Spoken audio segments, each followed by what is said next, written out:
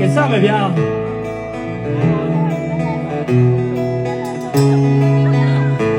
ကဲအားလုံးဆိုနေရမေးမရတဲ့မန်ဒီသူကကြောက်တဲ့တမတဲ့မင်္ဂလာဆောင်ခြင်းကံနာတယ်အောင်ခံမေးတဲ့စိတ်ကားလေးကဘယ်လိုကြောင့်ဒီတဲ့တော့ဆက်ဖွင့်မင်းတို့ကတိုင်ဝမ်လေးပြနေတယ်ဘုရင်ကကြီးမားတဲ့လေဝေးရဲ့မရဲ့ပြည့်တွေဆုံးတဲ့လိုက်ပြီးဟိုးမသိချင်ခဲ့တဲ့တွေ့